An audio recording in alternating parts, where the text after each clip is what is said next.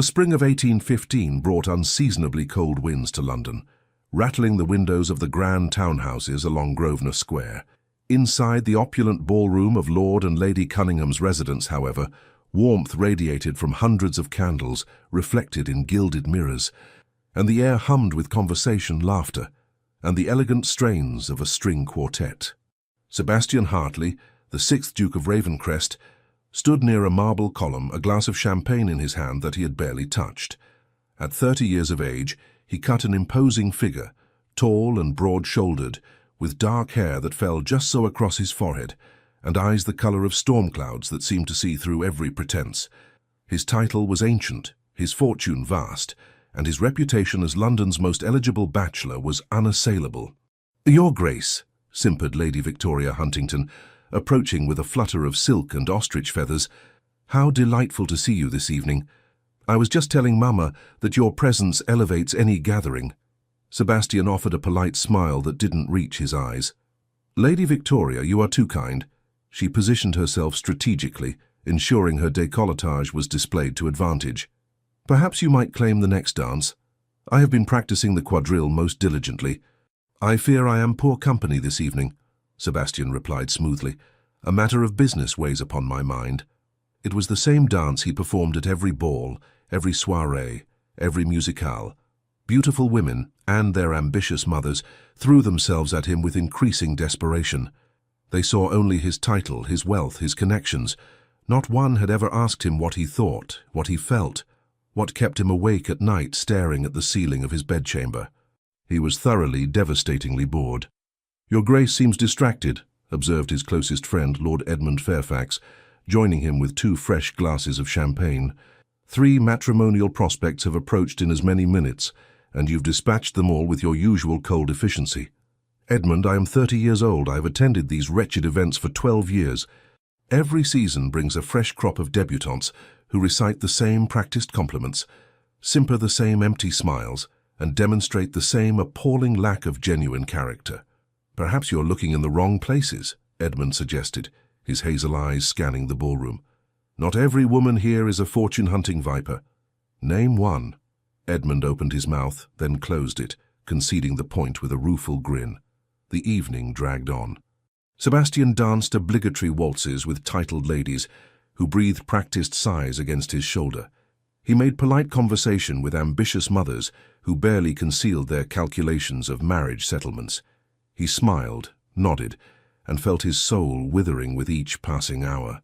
It was nearly midnight when Edmund reappeared, his expression peculiar. "You must see this. If it's another eager debutante, it's the opposite. Come." Intrigued despite himself, Sebastian followed his friend through the crowded ballroom to where a small group had gathered near the refreshment tables. The crowd parted naturally as the Duke approached. It always did, and Sebastian found himself looking at a young woman unlike any he had encountered in London's glittering society. She was not a beauty by conventional standards. Her hair, a rich chestnut brown, was styled simply, without the elaborate curls and jeweled combs favored by fashionable ladies. Her gown, while respectable, was clearly from a previous season, the pale green silk showing slight wear at the edges. Her face was pleasant but unremarkable, a straight nose, a determined chin, eyes of clear hazel that regarded the world with unmistakable intelligence and a hint of defiance. What struck Sebastian most forcefully was her posture. While every other woman in the room angled herself to be noticed, to attract, to allure, this woman stood with her shoulders squared and her head high, as though she had no interest whatsoever in being observed. She was listening intently to Lord Cunningham, their host, her expression serious. "Most unfortunate situation," Lord Cunningham was saying. "Your father was a good man, Lady Arabella. His death is a loss to us all."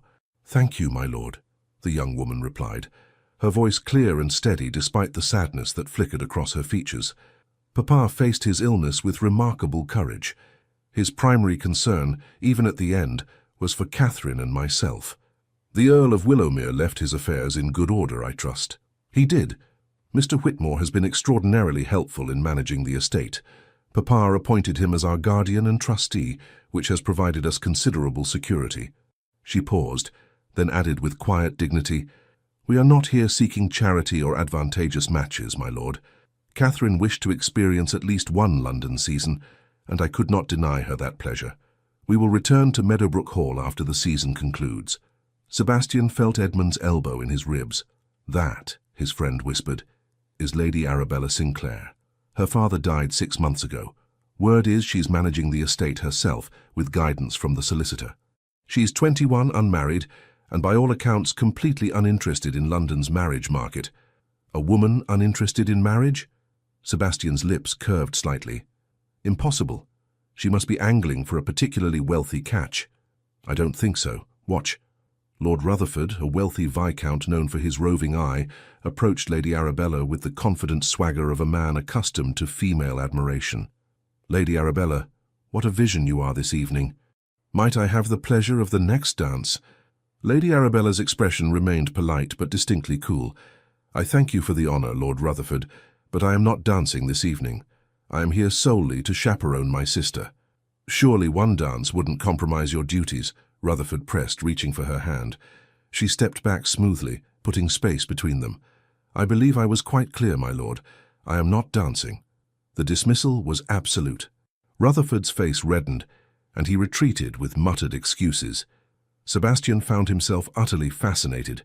Here was a woman who had just refused a viscount, a perfectly respectable match for a woman in her circumstances, without a flutter of her eyelashes or a hint of maidenly confusion.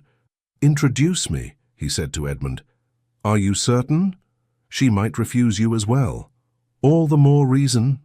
They approached, and Lord Cunningham, seeing the Duke, immediately brightened. "Your Grace, may I present Lady Arabella Sinclair, daughter of the late Earl of Willowmere, Lady Arabella, His Grace the Duke of Ravencrest." Sebastian executed a perfect bow. "Lady Arabella, please accept my condolences on your father's passing." She curtsied, her movements graceful despite the simplicity of her attire. "Your Grace, that is kind of you." Her eyes met his directly, not with coy batting of lashes or calculated demureness, but with the straightforward gaze of one equal meeting another. It was so unexpected that Sebastian felt something shift in his chest, like a door opening in a room he had thought permanently sealed. "I understand you are managing Meadowbrook Hall," he continued. "That is no small undertaking." "It is not," she agreed, "but my father prepared me well, and Mr. Whitmore's guidance has been invaluable. The tenants are good people, and the land is productive. We shall manage, I have no doubt. Would you honor me with a dance?" The words left his mouth before he fully considered them. He never asked for dances. Women begged them from him. Lady Arabella's expression shifted, a wariness entering her eyes. "I thank your Grace, but I am not dancing this evening. My sister Catherine is recently arrived in London, and I prefer to remain available should she need me." "Your devotion to your sister is admirable," Sebastian said smoothly. "Perhaps later in the season, then?" "Perhaps," she replied, in a tone that clearly meant unlikely. Sebastian felt Edmund's barely suppressed amusement beside him. For the first time in years, a woman had refused him. For the first time in years, he was genuinely interested. "Might I at least procure you some refreshment? The evening is warm." "I am quite comfortable, Your Grace, but thank you." She was dismissing him. Actually dismissing him. The Duke of Ravencrest, whom women schemed and plotted to be near. "I see I am keeping you from your duties," Sebastian said, inclining his head. "I shall not monopolize your time further. Good evening, Lady Arabella." "Good evening, Your Grace." As he walked away with Edmund, his friend erupted into quiet laughter. "Goodness gracious, did you see her face? She looked at you as though you were a particularly persistent mosquito." "She is interesting," Sebastian said thoughtfully. "She refused you twice." "Precisely." Edmund stopped walking, studying his friend's face. "Oh no, that look, I know that look. Sebastian, please tell me you're not about to embark on one of your campaigns." "I merely find her refreshing." "She clearly finds you tedious." Sebastian smiled, a genuine smile that transformed his usually austere features. "We shall see about that." The following morning, Lady Arabella Sinclair sat in the modest drawing-room of the townhouse they had let for the season, reviewing the household accounts by the wan light filtering through rain-streaked windows. The weather had turned foul overnight, matching her mood. "Bella, you're frowning again," her sister Catherine observed from the settee, where she was embroidering roses onto a handkerchief with meticulous care. At 18, Catherine was everything Arabella was not. Delicate, beautiful, with golden hair and blue eyes that made men stammer. She was also genuinely kind, which made her loveliness bearable. "These accounts won't balance themselves," Arabella replied, squinting at Mr. Whitmore's careful notation. "The roof needs repair before winter, but we must also set aside funds for the spring planting.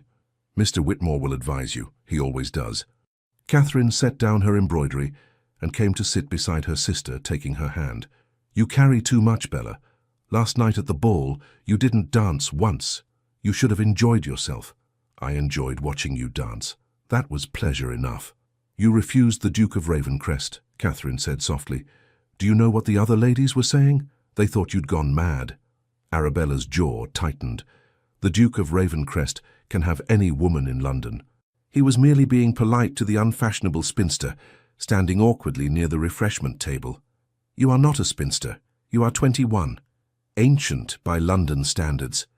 Arabella released her sister's hand and returned to the accounts. "Catherine, men like the Duke do not genuinely pursue women like me. He was making conversation out of obligation, nothing more. I saved him the trouble of pretending interest." "What if his interest was genuine?" "It wasn't."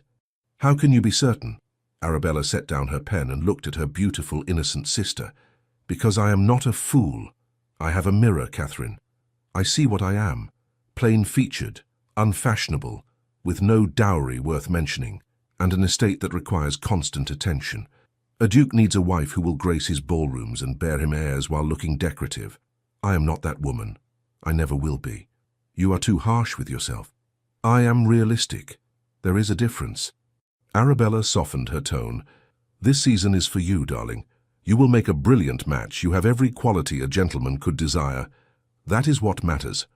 Before Catherine could respond, their housekeeper, Mrs. Bellamy, appeared in the doorway with an expression of barely concealed excitement. "Lady Arabella, Lady Catherine, you have a caller." At this hour, Arabella glanced at the clock. It was barely past 11, too early for proper social calls. Mrs. Bellamy's eyes gleamed. "The Duke of Ravencrest, my lady." The accounts ledger nearly slipped from Arabella's fingers. "I beg your pardon?"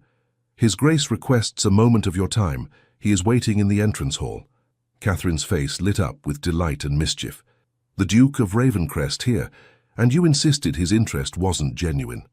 Arabella's heart began an uncomfortable hammering. "This is absurd.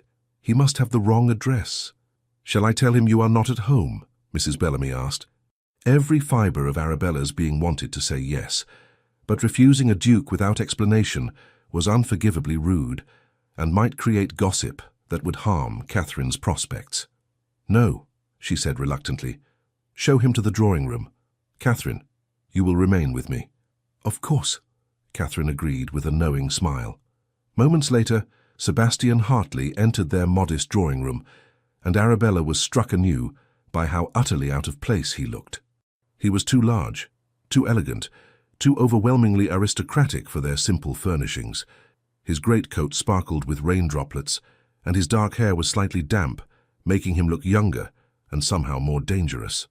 "Your Grace," Arabella said, rising and curtsying, "this is unexpected. Lady Arabella, Lady Catherine." He bowed to each of them.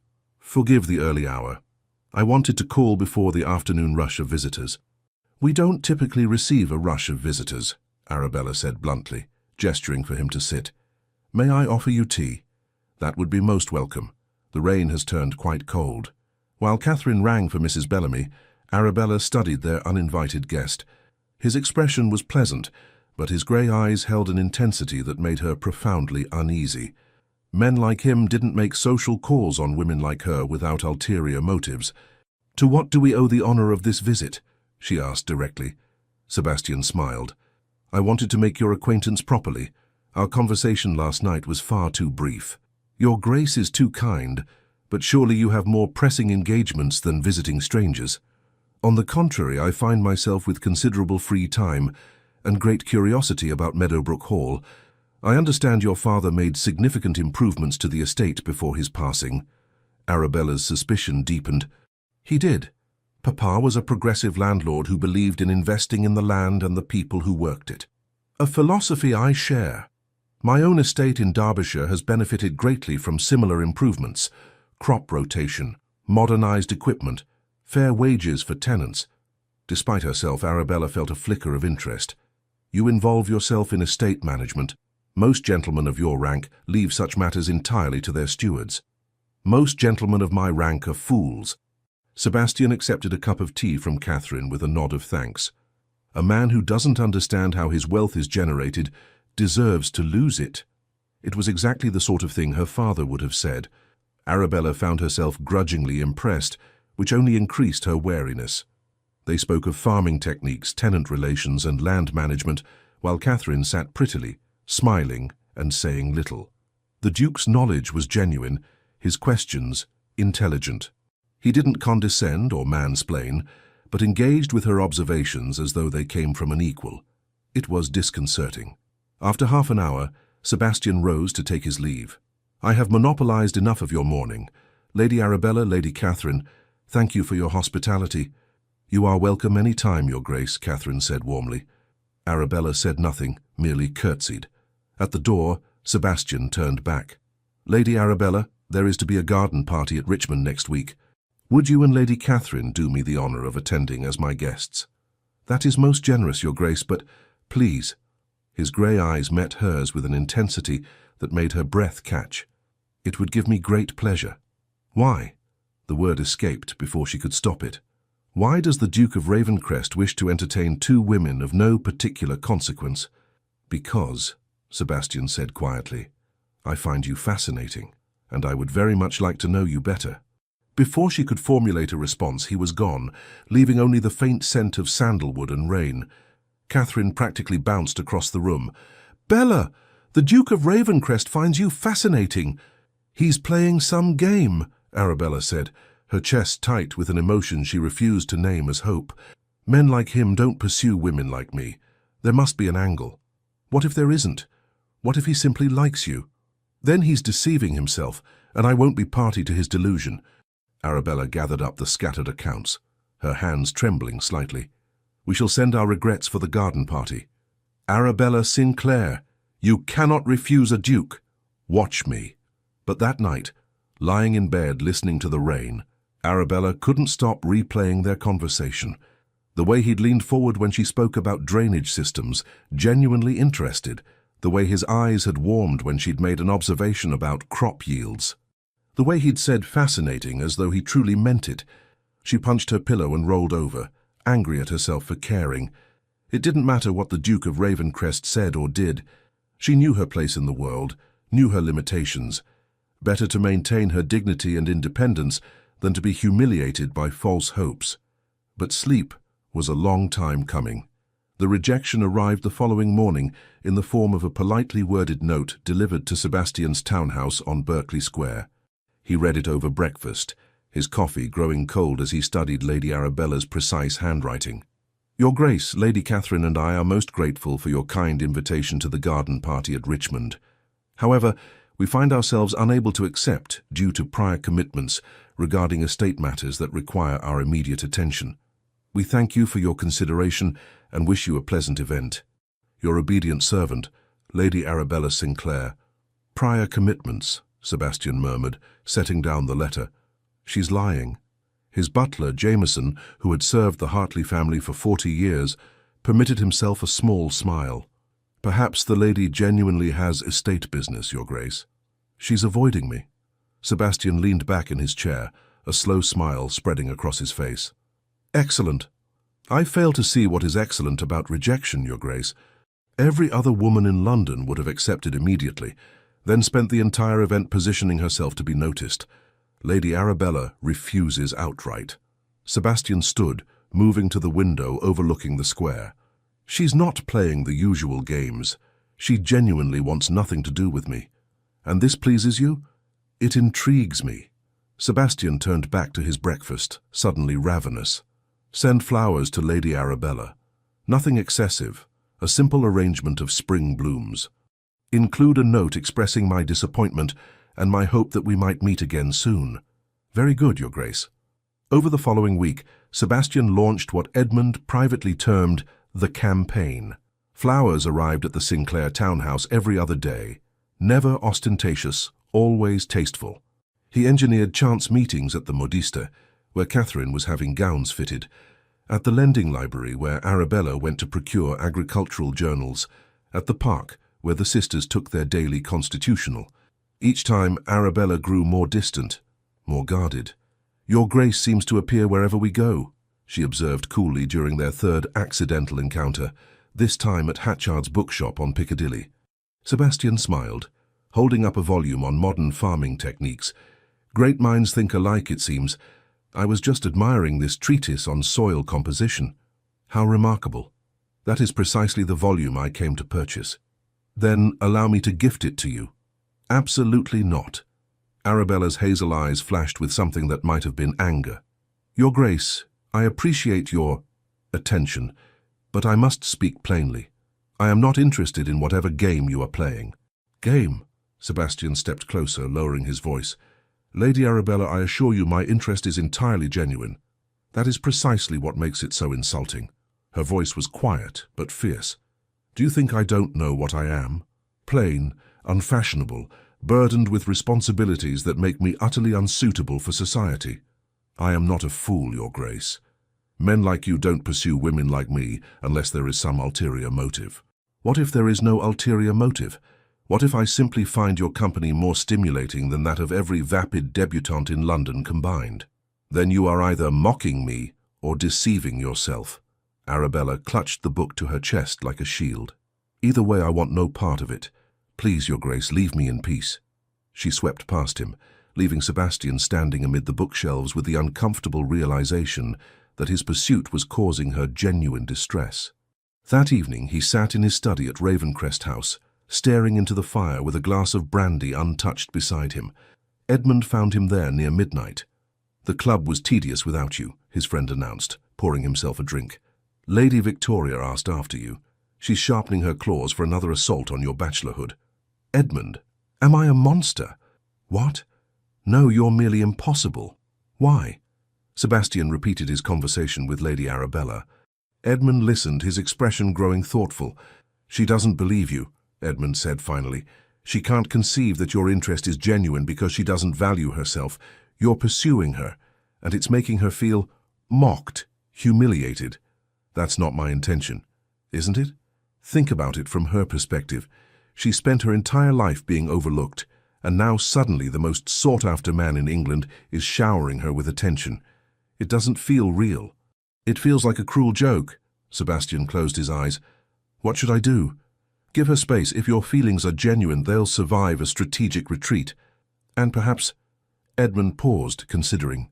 "Perhaps she needs to realize what your absence feels like before she can appreciate your presence." It was sound advice, though it grated against every instinct Sebastian possessed. He was accustomed to pursuing what he wanted until he obtained it. But Lady Arabella Sinclair was not a business acquisition or a parliamentary vote. She was a woman whose trust he had somehow managed to forfeit before ever truly earning it. "Very well," he said finally. "I'll withdraw." "Completely?" "Completely. No flowers, no chance encounters, no further pursuit. If she wants nothing to do with me, I shall respect that wish." Edmund raised his glass. "To strategic retreats, the foundation of every victorious campaign." Sebastian didn't drink. He was too busy wondering if withdrawing was a brilliant strategy or the greatest mistake of his life. 3 days later, Arabella stood in her modest drawing room, staring at the empty table where fresh flowers had appeared with clockwork regularity for the past week. "No flowers today," Catherine observed, entering with her embroidery. "The Duke has finally accepted your rejection." "Good," Arabella said firmly. "It's exactly what I wanted." "Is it?" "Of course it is." The man was making a nuisance of himself. Catherine settled onto the settee, her needle moving with practiced precision. "You've been staring at that empty table for 10 minutes. I have not." "Bella, I'm your sister." "I know you." Catherine looked up from her embroidery, her blue eyes knowing. "You miss him. That's absurd. One cannot miss someone one barely knows. You spoke with him about estate management for an hour last week." You debated crop rotation with more passion than I've seen you display about anything since Papa died, and now that he's gone, you're miserable. I am not miserable. I am relieved. But it was a lie, and they both knew it. The truth Arabella would never admit aloud, was that the Duke's presence had made her feel something she'd thought impossible, interesting, valued, seen. For the first time in her life, a man had looked at her and noticed not her plainness or her unfashionable wardrobe, but her mind, her competence, her strength, and she had driven him away. The following week passed in a grey blur. Arabella threw herself into correspondence with Mr. Whitmore, planning improvements to Meadowbrook Hall with grim determination. Catherine attended soirees and musicales, returning home with reports of the Duke's activities that Arabella pretended not to care about. He danced with Lady Victoria 3 times at the Pemberton Ball, Catherine mentioned casually over breakfast. Arabella's marmalade-laden knife clattered against her plate. How nice for them. Lady Helena Worthington says he's finally ready to choose a bride. She thinks it will be Lady Victoria or possibly Lady Eleanor Fitzwilliam. Lady Catherine, unless you wish to discuss the merits of winter wheat versus barley, I suggest you find another topic of conversation. But that night, alone in her chamber, Arabella cried for the first time since her father's funeral. Not because she had lost the Duke, one couldn't lose what one never had, but because for a brief, shining moment, she had allowed herself to imagine a different life, a life where she was the sort of woman a Duke might genuinely love. It had been a foolish fantasy, and she was well rid of it. The annual charity auction at Devonshire House was the event of the season, an opportunity for London's elite to demonstrate their philanthropic generosity while displaying their wealth and consequence. Arabella had no intention of attending, but Mr. Whitmore arrived unexpectedly from Meadowbrook Hall with news that required her immediate attention. The Turner property, he explained, settling into her drawing room with his perpetual air of careful competence. Mr. Whitmore was perhaps 50, with thinning grey hair and shrewd eyes that missed nothing. It adjoins Meadowbrook to the east. Old Turner has died, and his heir is selling. If we could purchase it, we could expand the grazing lands significantly. How much? £3,000. More than we have liquid, but I could arrange a loan against next year's harvest. However, he hesitated. There's to be an auction this evening at Devonshire House. Several parcels of land are being sold to benefit the Widows and Orphans Fund. The Turner property is among them. If you attended, you could assess the competition and determine our strategy. Arabella's stomach sank. Mr. Whitmore, I cannot possibly. Lady Arabella, your father trusted me to guide you, and this is my guidance. That land could secure Meadowbrook's future for the next generation. You must at least try. So it was that Arabella found herself that evening in the ballroom of Devonshire House, wearing her best gown. A pale blue silk that Catherine had insisted made her eyes look luminous, and feeling utterly out of place among London's glittering elite. The auction was conducted with great ceremony. Various items and properties were presented, bid upon, and sold amid enthusiastic applause. Arabella stood at the back, her auction paddle clutched in nervous hands, waiting for the Turner property to be announced. "And now, ladies and gentlemen," the auctioneer proclaimed, "a fine agricultural parcel in Hertfordshire, 120 acres of prime grazing land with a serviceable barn and cottage. We shall start the bidding at £2,000. Arabella raised her paddle, her heart hammering. 2,000! Several other paddles rose. The price climbed quickly. 2,200, 2,500, 2,800. 3,000, Arabella called, reaching her absolute limit. There was a pause. She allowed herself to hope. Then, from across the room, a familiar voice said lazily, 3,500. Arabella's head snapped around. The Duke of Ravencrest stood near the front of the room, his paddle raised, his expression unreadable. Their eyes met across the crowded ballroom, and Arabella felt something hot and furious rise in her chest. He was bidding against her, deliberately sabotaging her attempt to secure her family's future. 3,500 to His Grace, the Duke of Ravencrest, the auctioneer announced. Any advance on 3,500? Going once? Going twice? Arabella's mind raced. She didn't have 3,500, couldn't possibly raise it. The Duke knew that, everyone knew that. He was crushing her bid as casually as one might swat a fly. All her suspicions, all her certainty that his interest had been false, crystallized into righteous rage. "Sold," the auctioneer declared. "To His Grace the Duke of Ravencrest for £3,500. Polite applause rippled through the room. Arabella stood frozen, her entire body trembling with anger and humiliation. Catherine appeared at her elbow. "Bella, what just happened?" "The Duke of Ravencrest," Arabella said through gritted teeth, "has revealed his true character. Come, we're leaving." "But now, Catherine." They were halfway to the exit when Sebastian's voice stopped her. "Lady Arabella, a moment if you please." She turned, and whatever he saw in her face made him take a step back. "How dare you," she said quietly, aware of the curious eyes upon them. "How dare you pretend friendship, pretend interest, and then deliberately sabotage my family's welfare for your own amusement? Lady Arabella, if you would allow me to explain..." "Explain what?" "That you bid against me on property you don't need simply to demonstrate your superior wealth and power. That you've been toying with me for weeks, and this is your final joke at my expense." Her voice broke slightly, but she pressed on. "I told you I wanted nothing to do with you. I told you to leave me alone, and this is your response? That is not... I don't want to hear it." Arabella drew herself up to her full height, which barely brought her to his shoulder. "Stay away from me, Your Grace. Stay away from my sister. And if you have any decency whatsoever, stay away from Meadowbrook Hall and anything connected to my family. I want nothing from you. Nothing." She swept past Catherine, hurrying in, leaving Sebastian in the middle of Devon. King realized catastrophically backfired. "You bought the property. You intended to gift it to..." "Obviously. And you didn't think to perhaps mention that before bidding against her in a public auction." Sebastian stopped pacing. I thought I could buy it and transfer the deed to her anonymously. That way she would have the land, and her pride wouldn't be wounded by accepting charity from me. Instead, she thinks you deliberately sabotaged her." "Yes. Thank you, Edmund. Your grasp of the blindingly obvious is remarkable." Edmund sighed. "What will you do now?" "I'll transfer the deed to her name tomorrow. She'll understand once she sees the paperwork." "Will she? Or will she think you're trying to manipulate her with a grand gesture?" Edmund fixed his friend with a serious look. "Sebastian, you cannot fix this with money or property. You've hurt her. She needs to hear that you're sorry, that your intentions were good even if your execution was disastrous, and that you value her far more than any piece of land." "She won't see me."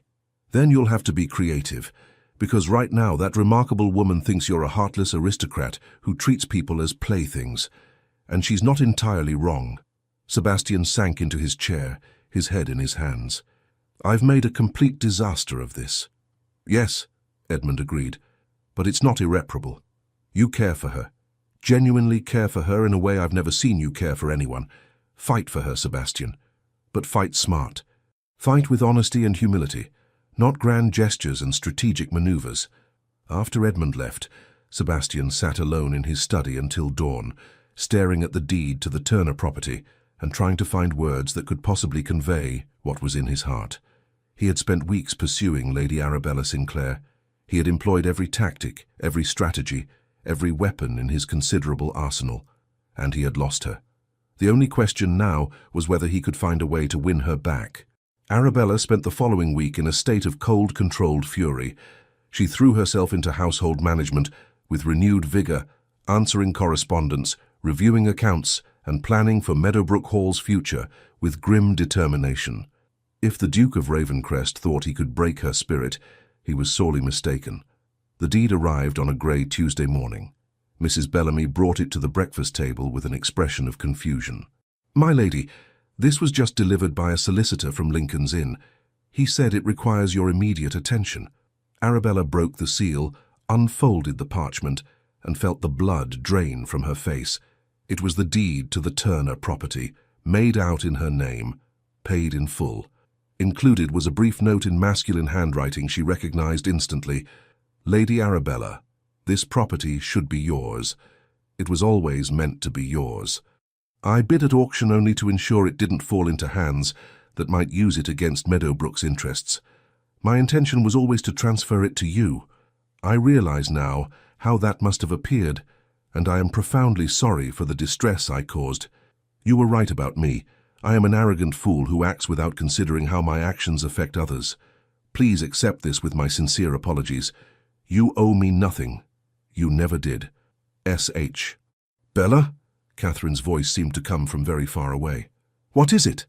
Arabella handed her sister the deed and the note, unable to speak.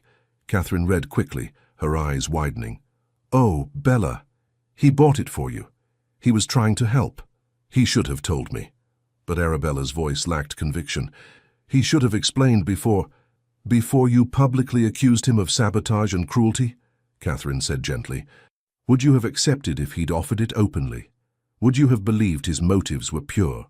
Arabella closed her eyes. The answer, of course, was no. She would have thrown the offer back in his face, accused him of trying to buy her gratitude or obligate her to his attentions. What have I done? She whispered. You protected yourself, as you always do. Catherine squeezed her hand. But perhaps it's time to stop protecting yourself quite so fiercely. Perhaps it's time to trust that someone might genuinely care for you. I was horrible to him. Yes, but if his feelings are genuine, he'll forgive you. And Bella, Catherine's blue eyes were serious. I think his feelings are very genuine indeed. Sebastian spent the week following the auction disaster, avoiding society as much as possible. He attended only essential engagements, spoke minimally, and deflected every attempt at matchmaking with barely concealed irritation. Your Grace seems out of sorts, Lady Victoria Huntington observed, during a musical at Lady Whitmore's residence. She had positioned herself beside him on the settee with the determination of a general planning a siege. Perhaps some pleasant company might improve your mood. I doubt it, Lady Victoria. You wound me, Your Grace. She placed her hand on his arm, her fingers trailing suggestively. I had hoped we might renew our acquaintance. We danced so delightfully at the Pemberton ball. Sebastian removed her hand with cool precision. You are a lovely young woman, Lady Victoria, but I am not suitable company this evening. Please excuse me. He escaped to the balcony, breathing in the cool night air and trying to calm the restless energy that had plagued him since the auction. He had done what Edmund suggested, sent the deed with an honest explanation and apology. Lady Arabella had not responded. Not a word, not a line, nothing. He took her silence as his answer. Brooding doesn't suit you, old friend, Edmund said, joining him on the balcony. You look positively Gothic, like a hero from one of those novels ladies read. Lady Arabella hasn't responded to my letter. It's been 4 days. Precisely. 4 days of silence speaks volumes. Edmund leaned against the balustrade, studying Sebastian with concern. What will you do? Respect her wishes. Accept defeat. Move on with my life. Sebastian's jaw tightened. Though I confess the prospect of returning to my previous existence holds remarkably little appeal. Then don't return to it. You've changed, Sebastian. You've discovered you want something more than empty flattery and mercenary matchmaking. That's valuable even if you can't have the specific woman who awakened that desire. Sage advice. I'm riddled with sage advice. It's deeply annoying. Edmund straightened. Come, let's return inside before Lady Victoria sends out a search party. The woman has the persistence of a terrier. They re-entered the drawing room just as Lady Eleanor Fitzwilliam was concluding a pianoforte performance. Polite applause rippled through the assembled guests. Sebastian found himself scanning the room automatically, looking for chestnut hair and hazel eyes, before remembering that Lady Arabella would never attend such an event. Your Grace. Lady Whitmore materialized at his elbow, her smile calculating. How delightful to see you. Might I introduce my niece, Miss Thornbury? She's just arrived from Bath and she's most eager to make your acquaintance. Miss Thornbury, a pretty girl with auburn hair and too much enthusiasm, curtsied so deeply she nearly toppled. Your Grace, what an honor. I've heard so much about you. Sebastian summoned his social mask and made appropriate conversation, all while feeling as though he were watching himself from a great distance. This was his life. This was what he had to look forward to.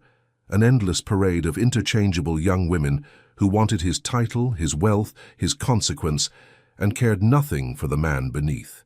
He had met one woman who saw him, one woman who challenged him, intrigued him, made him feel truly alive, and he had lost her through his own stupidity. The letter arrived at Ravencrest House the following morning. Jameson brought it to Sebastian's study on a silver salver, his expression carefully neutral. Sebastian's heart stuttered when he saw the handwriting. He dismissed Jameson with a curt nod and broke the seal with hands that weren't entirely steady. Your Grace, I received the deed and your note. I am writing to express my profound gratitude for your generosity and my equally profound mortification at my behavior at Devonshire House. I misjudged you terribly. I allowed my own insecurities and suspicions to blind me to your true character and intentions. You have been nothing but kind, and I repaid that kindness with accusations and scorn. I cannot accept the property. It is far too valuable a gift, and accepting it would place me under an obligation I could never properly repay. However, if you would consider selling it to me at the price I had intended to bid, £3,000, I would be deeply grateful. Mr. Whitmore assures me we can arrange suitable financing. I hope you can forgive my harsh words. You deserved far better treatment than I gave you. Your humble servant, Lady Arabella Sinclair P.S. If you are still willing to tolerate my company after my inexcusable behavior, I would very much like to speak with you. At your convenience, of course. Sebastian read the letter 3 times, his heart lifting with each pass. She was sorry. She wanted to speak with him. There was still hope. He called for his horse and was riding toward the Sinclair townhouse within minutes. Propriety be damned.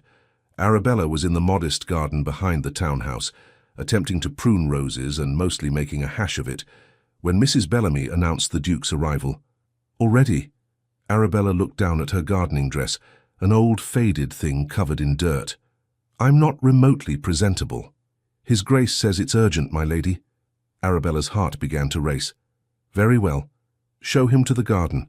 She had barely enough time to remove her gardening gloves before Sebastian strode into the small garden, looking windswept and magnificent in his riding clothes.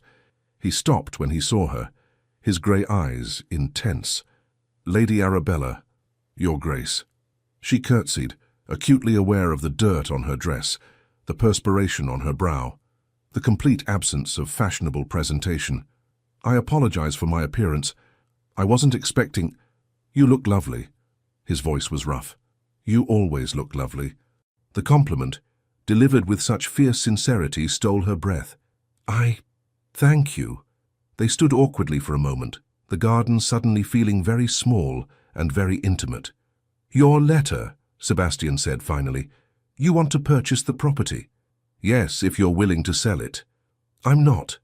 Arabella's heart sank. I see. Then I must return the deed. I'm not willing to sell it because it's already yours. The deed is made out in your name. The property belongs to you free and clear, with no obligation whatsoever. I cannot accept such a gift. Why not? Because it's too much. Because it would place me in your debt. Sebastian stepped closer, his expression intense.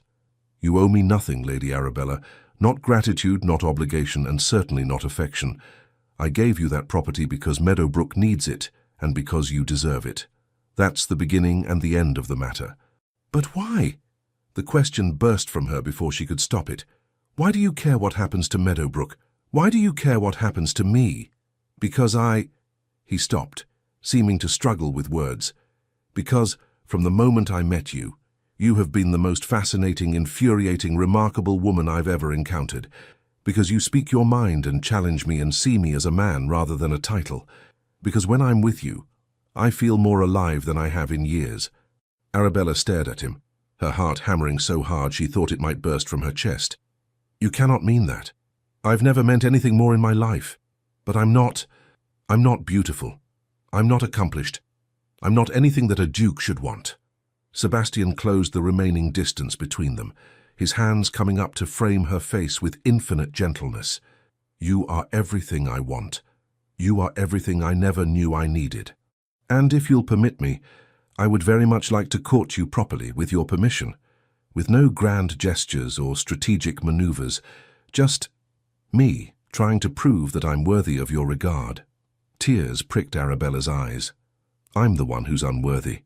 Then we're both fools. His thumb brushed away a tear that had escaped.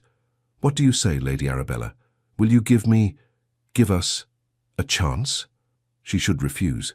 She should protect herself. She should remember that fairy tales didn't come true for plain, practical women like her. But when she looked into Sebastian's eyes, she saw no deception, no mockery, only hope, vulnerability, and something that looked remarkably like love. "Yes," she whispered.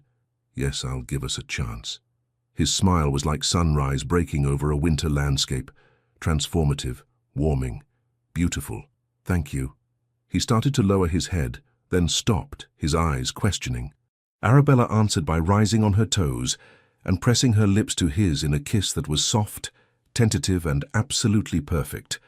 When they finally drew apart, both breathing unsteadily, Sebastian rested his forehead against hers. "I should go. This is highly improper, and I don't want to compromise your reputation."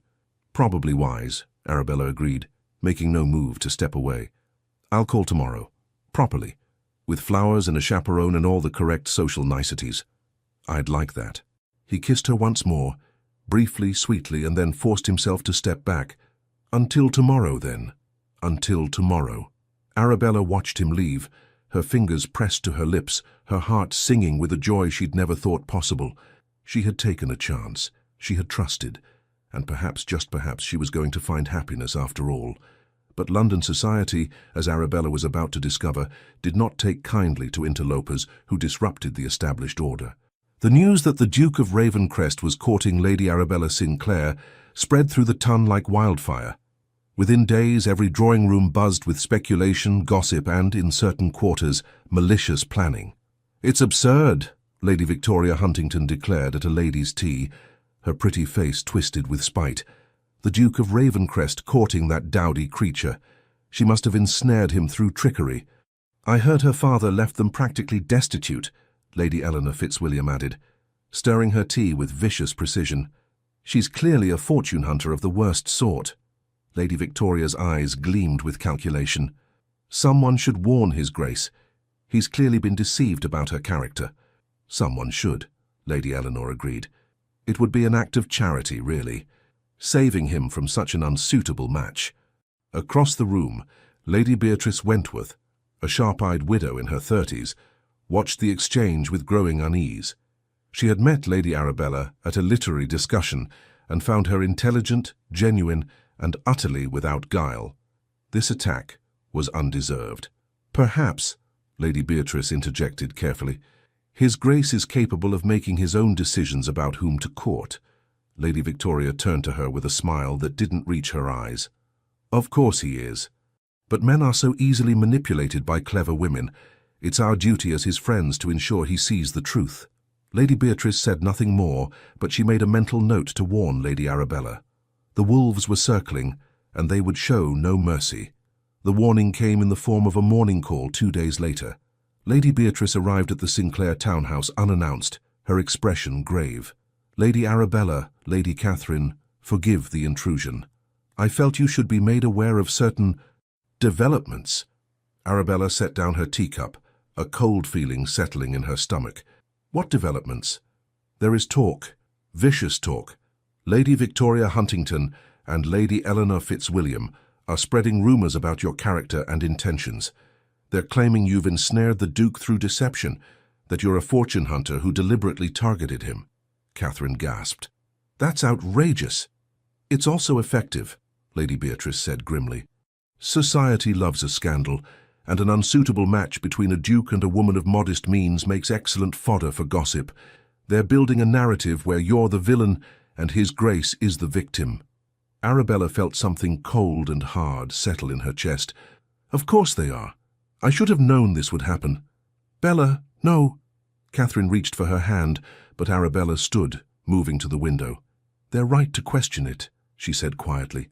"Why would the Duke of Ravencrest choose me when he could have anyone? It doesn't make sense. It will never make sense to them." "It doesn't have to make sense to them," Lady Beatrice said firmly. "It only has to make sense to you and His Grace." "But they'll make his life miserable. They'll turn society against him for choosing unwisely. They'll—" Arabella's voice broke. "They'll make him regret choosing me."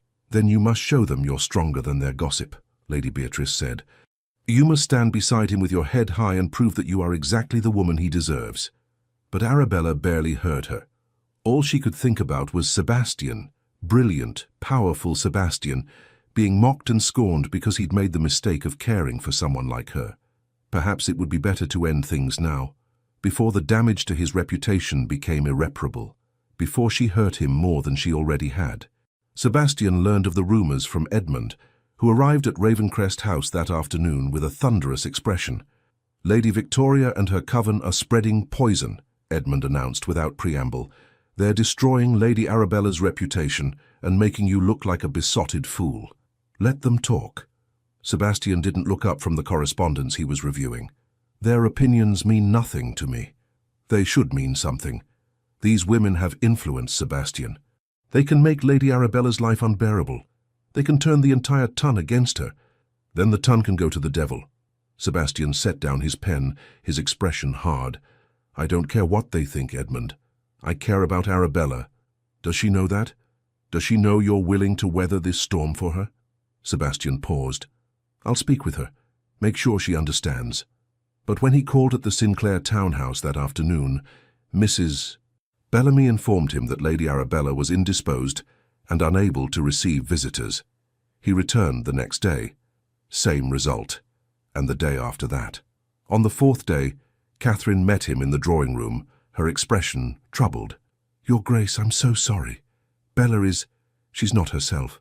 The gossip has affected her deeply. Let me see her. Let me assure her that I don't care what they say. She won't see anyone. She barely leaves her chamber. She's convinced that your association with her is destroying your reputation and that the kindest thing she can do is end things before they progress further." Sebastian felt as though the floor had dropped from beneath him. "She's ending our courtship. She hasn't said so explicitly, but she's withdrawn completely. I don't know how to reach her." Sebastian stood, his jaw set. "Then I'll find a way." Because he was done with strategic retreats, done with giving her space, done with letting her protect herself by pushing him away. If Lady Arabella Sinclair thought she could save him by sacrificing their happiness, she was about to discover exactly how stubborn the Duke of Ravencrest could be. The letter arrived at dawn, delivered by Sebastian's own footman with instructions to place it directly into Lady Arabella's hands. Arabella sat in her chamber, the unopened letter on her lap, watching grey morning light filter through the curtains. She'd spent 4 days in this room, emerging only when absolutely necessary, convinced that her absence from Sebastian's life was the greatest gift she could give him. Catherine had begged her to reconsider. Mr. Whitmore had expressed concern. Even Mrs. Bellamy had offered gentle counsel. But Arabella remained resolute. She would not be the reason Sebastian's reputation was destroyed. Now, staring at the sealed letter bearing the Ravencrest crest, her resolve wavered. With trembling fingers she broke the seal. "My dearest Arabella, I understand you are attempting to protect me from gossip and social censure by withdrawing from our courtship. It is a characteristically noble gesture from a characteristically noble woman. It is also completely unacceptable. I am not a child who needs protection. I am not a fragile creature whose reputation will shatter under the weight of wagging tongues. I am a man who has finally found a woman worth fighting for. And I will not surrender that without a battle. You think you are saving me from scandal. You are wrong. You are condemning me to a life of emptiness, of going through the motions of society without feeling, of existing without truly living. That is a far worse fate than any gossip could inflict. I love you, Arabella. I love your intelligence, your strength, your fierce independence. I love the way you challenge me and refuse to be impressed by titles or wealth. I love that you see me, truly see me, in a way no one else ever has. I don't care what Lady Victoria says. I don't care what the ton thinks. I care about you, only you. Tonight there is a ball at Carlton House. I am requesting, no, I am begging, that you attend. Wear your finest gown. Stand beside me. Show London society that we are stronger than their petty cruelty. Fight for us, Arabella, as I am fighting for you. If you do not come, I will understand. I will respect your decision. But know that I will spend the rest of my life regretting that I did not fight harder to keep you. Yours, in this life and any other, Sebastian. Arabella read the letter 3 times, tears streaming down her face. He loved her. The Duke of Ravencrest loved her. Plain, practical, unfashionable Arabella Sinclair, and he was asking her to be brave. "Catherine," she called, her voice breaking. "Catherine, I need your help." Her sister burst into the room, eyes wide with hope. "Bella?" I need a gown. The most beautiful gown we can manage.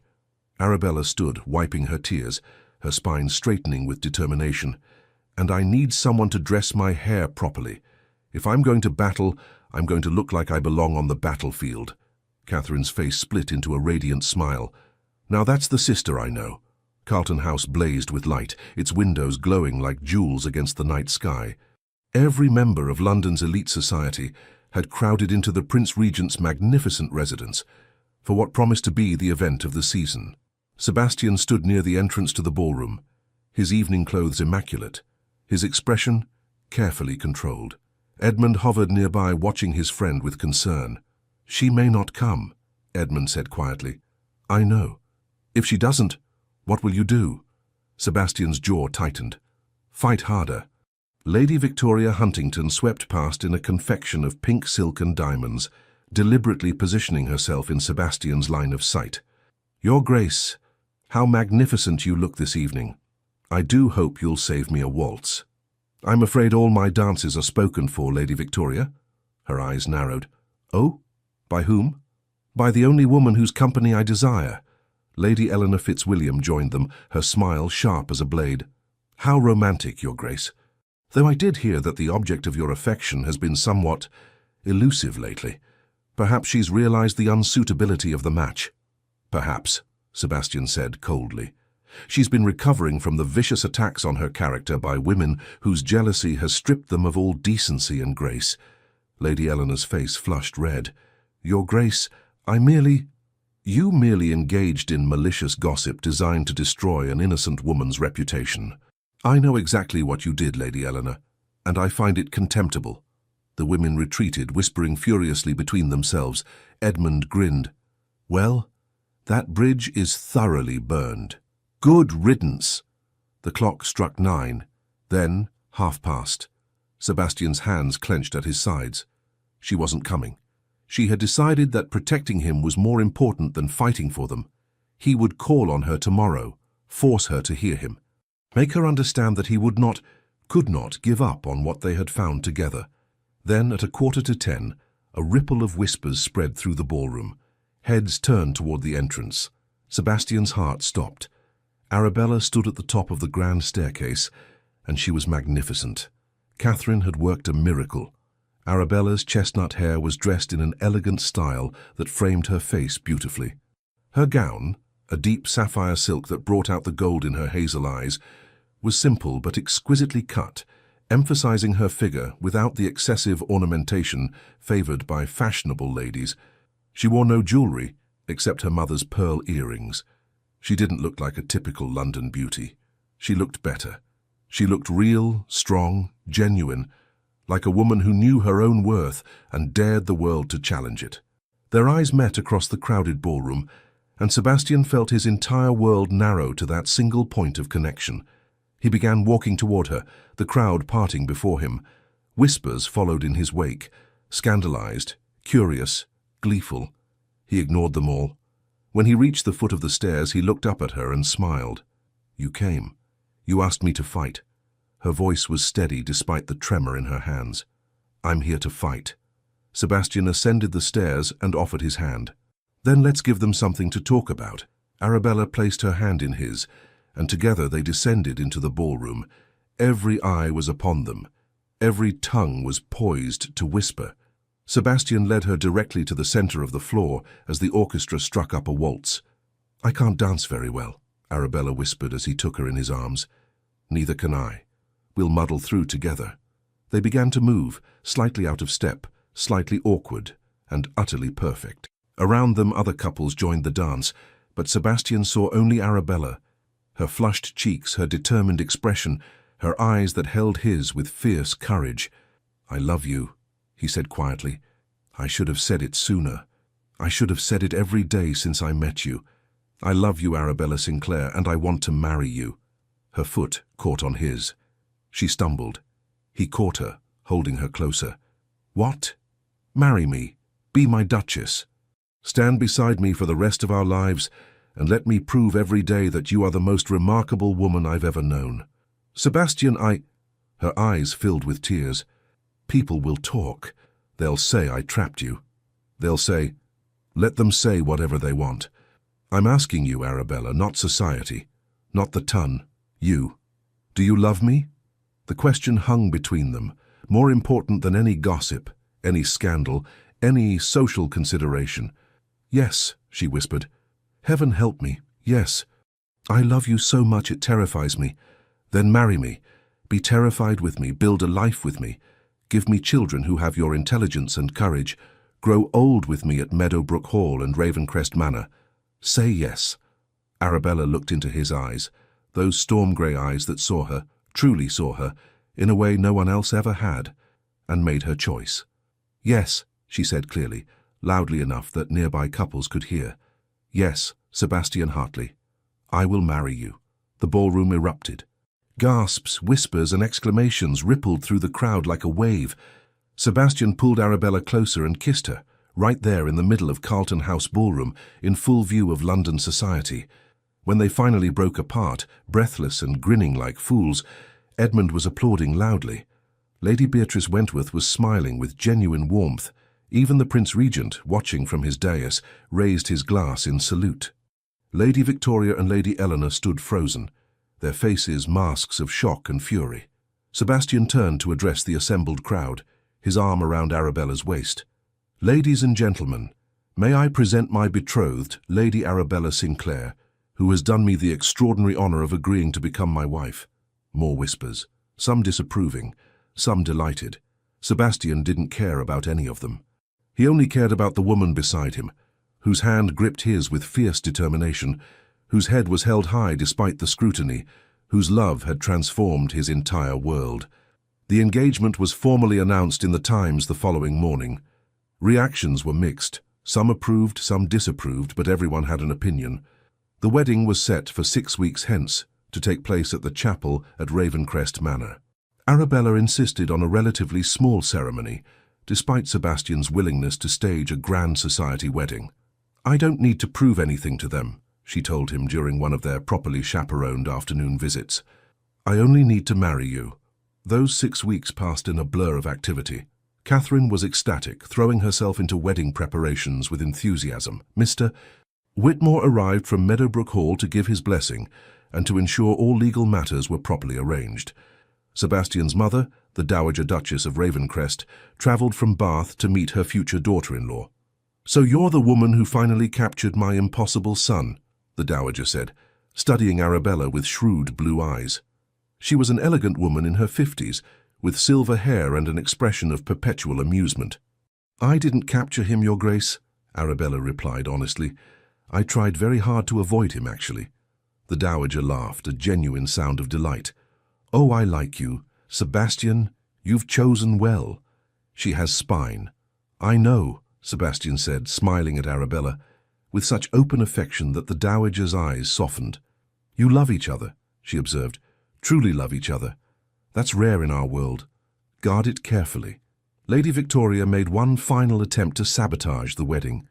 2 weeks before the ceremony, she spread a rumor that Arabella had been secretly engaged to another man, a tenant farmer at Meadowbrook, and had broken the engagement only when the Duke showed interest.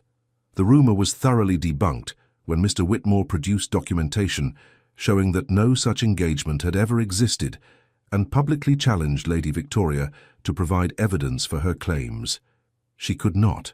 I should call her out, Sebastian growled when he heard about the incident. You will do no such thing, Arabella said firmly. She's desperate and pathetic. The best revenge is our happiness. When did you become so wise? When I decided to trust you.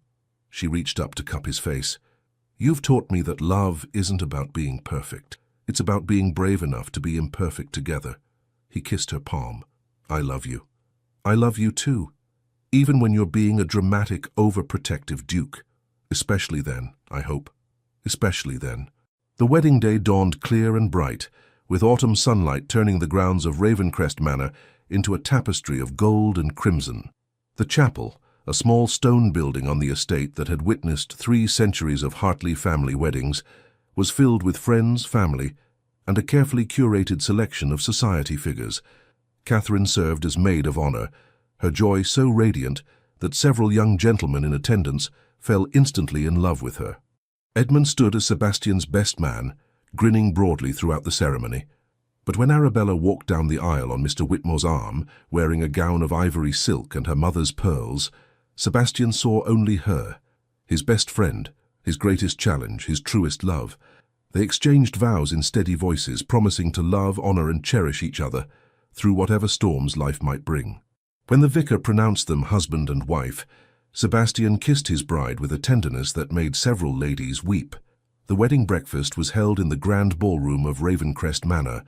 Toasts were offered, stories shared, laughter exchanged. Lady Beatrice Wentworth congratulated Arabella warmly.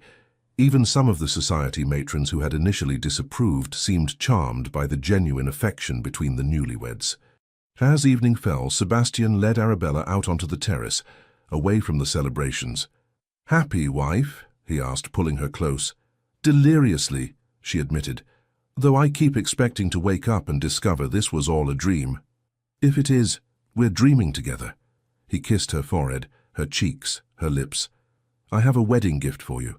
Sebastian, you've already given me too much." "Hush. This is important." He pulled a folded document from his jacket. "The deed to Meadowbrook Hall.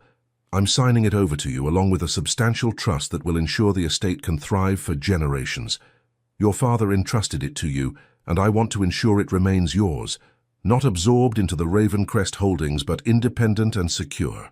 Arabella's eyes filled with tears. "You would do that? You are my partner, Arabella. My equal, not my dependent. Meadowbrook is your legacy, and our children will inherit both estates, yours and mine, with equal pride." "Our children." She smiled through her tears. "I like the sound of that. So do I." He pulled her closer, his hand resting on her waist. "Shall we work on that project sooner rather than later? Your Grace, we're still at our wedding breakfast. Then let's retire early, for the sake of propriety." Arabella laughed, the sound echoing across the terrace. "You're impossible. You love me anyway." "I do. Heaven help me, I truly do." 3 years later. The nursery at Meadowbrook Hall was filled with afternoon sunlight and the sound of a baby's gurgling laughter. Arabella sat in the rocking chair by the window, cradling their son, Edward Sebastian Hartley, heir to the Duchy of Ravencrest, as he played with her fingers. At 18 months, Edward had his father's dark hair and his mother's hazel eyes. He was precocious, curious, and absolutely tyrannical in his demands for attention. "He has your stubbornness," Sebastian observed from the doorway, watching his wife and son with an expression of such complete contentment that it transformed his usually austere features. "He has your imperious nature," Arabella countered. "Yesterday he threw his porridge at the nursemaid when she tried to feed him peas." A gentleman of discerning taste. Sebastian crossed the room and bent to kiss his son's head, then his wife's lips. "How are you feeling?" "Tired. Nauseated. Absolutely enormous." Arabella placed a hand on her swollen belly, where their second child grew. "This baby is far more active than Edward was. Perhaps we're having a daughter with your fierce spirit. Heaven help us all." Sebastian laughed and settled onto the window seat beside them. Through the window, Meadowbrook Hall's fields stretched out in neat, productive rows. The estate was thriving under Arabella's management. Yields up, tenants prosperous, buildings maintained. She had proven to be as brilliant a landowner as her father had been.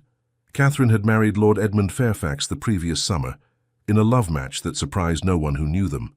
They lived half the year at Edmund's estate in Kent, and half in London, where Catherine had become a leading patroness of several charitable causes. Mr. Whitmore had retired from active practice, but remained a trusted advisor and frequent visitor to both Meadowbrook and Ravencrest Manor. Even the Dowager Duchess had become a devoted grandmother, spending months at a time at their estates and spoiling Edward outrageously. As for Lady Victoria Huntington and Lady Eleanor Fitzwilliam, they had both made marriages of convenience to wealthy but unremarkable gentlemen. They no longer moved in the Duke and Duchess of Ravencrest's social circles. "Do you ever regret it?" Arabella asked suddenly. "Choosing me? Enduring all that gossip and scandal?" Sebastian looked at her, truly looked at her, taking in her slightly disheveled hair, the baby drool on her shoulder, the ink stain on her fingers from her morning correspondence, the fierce intelligence in her eyes. "Never," he said firmly. "You are the best decision I ever made. the only decision that truly mattered, even though I'm not a conventional duchess. Especially because you're not conventional. You challenge me. You inspire me. You make me want to be a better man. He reached out to touch her face. And you love me, not my title, not my wealth, but me. That's worth more than all the approval of society combined. Edward made a grab for his father's cravat, successfully pulling it askew. Arabella laughed, the sound filling the sunny nursery with warmth. Our son has impeccable timing, Sebastian observed, carefully extracting his neckcloth from the baby's grip. He learned from the best. Arabella stood. Edward balanced on her hip despite her pregnancy. Come, it's time for his afternoon walk, and you promised to help me review the planting schedules for next spring. Estate management and childcare, the glamorous life of a duke. Having regrets? Sebastian stood and took his son from her arms, settling the boy against his shoulder with practiced ease. Not a single one. This, you, Edward, the baby to come, our life together, this is everything I never knew I needed. They walked together through Meadowbrook Hall, their voices blending in conversation about crop rotation and tenant cottages and whether Edward needed new shoes. It was prosaic, domestic, utterly unglamorous. It was perfect.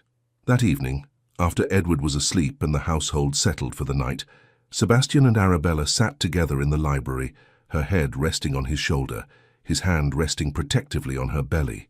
"What are you thinking?" she asked softly. "I'm thinking about the night we met, when you refused to dance with me. I was terrified of you. You hid it well. You looked at me as though I were an annoyance to be endured.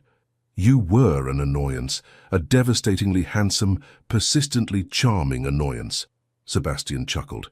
"If I could go back to that night knowing everything that would come after, the gossip, the scandal, the battles we'd have to fight, I'd do it all again in a heartbeat." "So would I." Arabella lifted her head to look at him. "I was so convinced that love couldn't possibly come for someone like me, that I wasn't worthy of it. And now? Now I know that love isn't about worth. It's about courage. The courage to trust. The courage to be vulnerable. The courage to believe that happiness is possible, even when every logical part of your brain says otherwise." "When did you become so wise?" Sebastian asked, echoing his question from years earlier. Arabella smiled, the same smile she'd given him then. "When I decided to trust you." He kissed her, soft, sweet, filled with the promise of years yet to come, years of laughter and arguments, of children and grandchildren, of managing estates and navigating society, of growing old together at Meadowbrook and Ravencrest. Years of love. Outside, autumn stars glittered over the English countryside. Inside Meadowbrook Hall, the Duke and Duchess of Ravencrest sat together in comfortable silence, their future stretching before them like an open road. Arabella had been wrong about so many things, wrong about her unworthiness, wrong about love passing her by, wrong about fairy tales being only for beautiful, fashionable women. Love had come for her after all, not because she was perfect, but because she'd been brave enough to believe she deserved it. And that, she thought as Sebastian's arms tightened around her, made all the difference. The end. Thank you for staying with us until the end of this story. We hope it touched your heart as deeply as it touched ours while creating it. If you enjoyed this romantic journey, please subscribe to our channel, leave a like, share it with someone who loves a good love story, and leave us a comment.